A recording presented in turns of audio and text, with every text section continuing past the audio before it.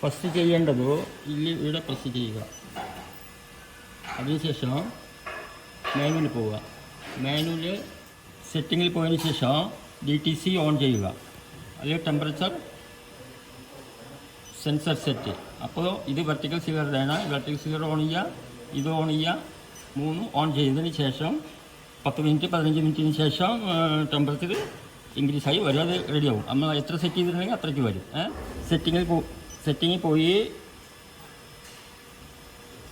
DTC ഇത് temperature increase ചെയ്യാൻ വേണ്ടിയിട്ട് ഇങ്ങനെയാണ് ഇത് പോവുക ഈ താഴത്തെ ഭാഗത്ത്.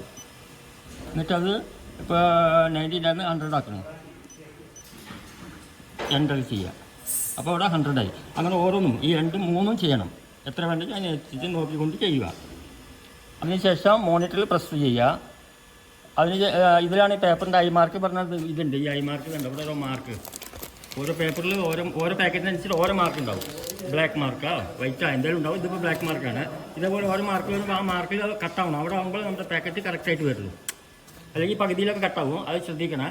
ഇവിടെ മാത്രമേ കട്ടാവാൻ പാടുള്ളൂ. അതിനുള്ള ഓപ്ഷനാണ് ഇത്. ഈ ഐ മാർക്ക് ഇത് ഓൺ ചെയ്യുക. ഫസ്റ്റ് പേപ്പറിൽ ഐ മാർക്കിൻ്റെ അവിടെ സെൻസറിൻ്റെ മുന്നിൽ ഫ്രണ്ടിൽ സെൻസ് ആകുമ്പോൾ ഇവിടെ ബാക്കിൽ മഞ്ഞ ലൈറ്റ് കത്തും. ആ മഞ്ഞ ലൈറ്റ് ഒരു പ്രാവശ്യമേ കത്താൻ പാടുള്ളൂ. ആണോ ഇങ്ങനെ കത്തും, പിന്നെ അത് കെട്ടും. അടുത്ത നെക്സ്റ്റ് പാക്കറ്റിൽ ആ മാർക്ക് വരുമ്പോൾ അവിടെ വീണ്ടും അതേപോലെ ആവും. അങ്ങനെ വരുമ്പോൾ മാത്രമാണ് ഐ മാർക്കിൽ കട്ടാവുള്ളൂ. പാക്കറ്റ് കറക്റ്റായിട്ട് വരുന്നത്.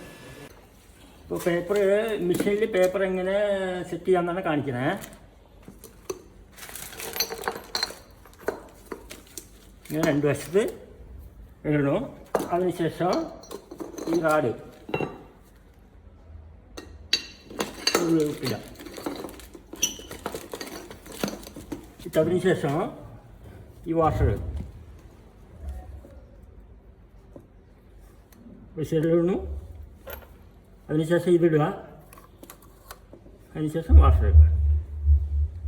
ഇതിട്ടതിന് ശേഷം ഈ സ്പേസർ സ്വല്പം പ്രസ് ചെയ്ത് ഇത് ടൈറ്റ് ചെയ്യണം. ഇങ്ങനെ ടൈറ്റ് ചെയ്തതിന് ശേഷം മെഷീൻ്റെ ഈ ഭാഗത്ത് ഹാങ് ചെയ്യുക. അതിനുശേഷം ഇത് ടൈറ്റ് ചെയ്യണം. ഈ 2 ബോൾട്ടും ടൈറ്റ് ചെയ്തതിന് ശേഷം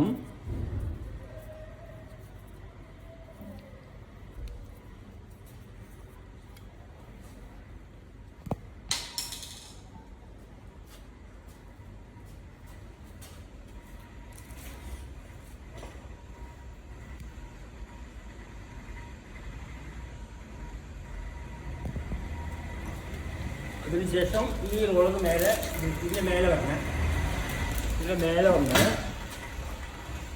ഈ കട്ടിൽ ഇങ്ങനെ ഇടണം. ഈ കട്ടിൽ ഇങ്ങനെ വരണം.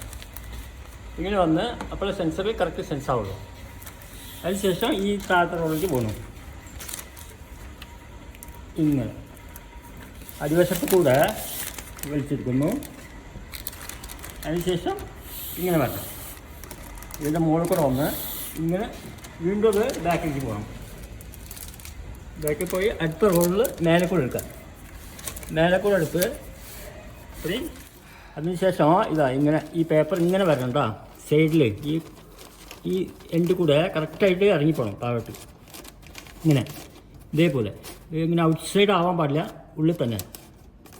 Coding machine batch code machine ഇങ്ങനെ ഇത് കൊണ്ടുവന്നിട്ട് ഈ കോഡിങ്ങിൻ്റെ ഈ ബ്ലോക്കിൽ കറക്റ്റായിട്ട് വെക്കണം. കറക്റ്റാക്കി വെക്കുമ്പോൾ ഇത് ശ്രദ്ധിക്കണം, ഇമ്പോർട്ടൻ്റ്. ഇത് 3 mm അല്ലെങ്കിൽ 4 mm പേപ്പറും കോഡിങ് മെഷീനും ഡിസ്റ്റൻസ് വരാൻ പാടുള്ളൂ. ഡിസ്റ്റൻസ് കൂടാനും പറയാം, കൂടാനും പാടില്ല. 3 mm 4 mm. അതിനുശേഷം എന്താ ഇങ്ങനെ വരും. ഇങ്ങനെ വന്ന് ഈ കോഡിങ് ബ്ലോക്ക് ഇതിൽ നിന്ന് പാസ്സായി പ്രിൻ്റായി താഴോട്ട് പോകും. ഓക്കെ.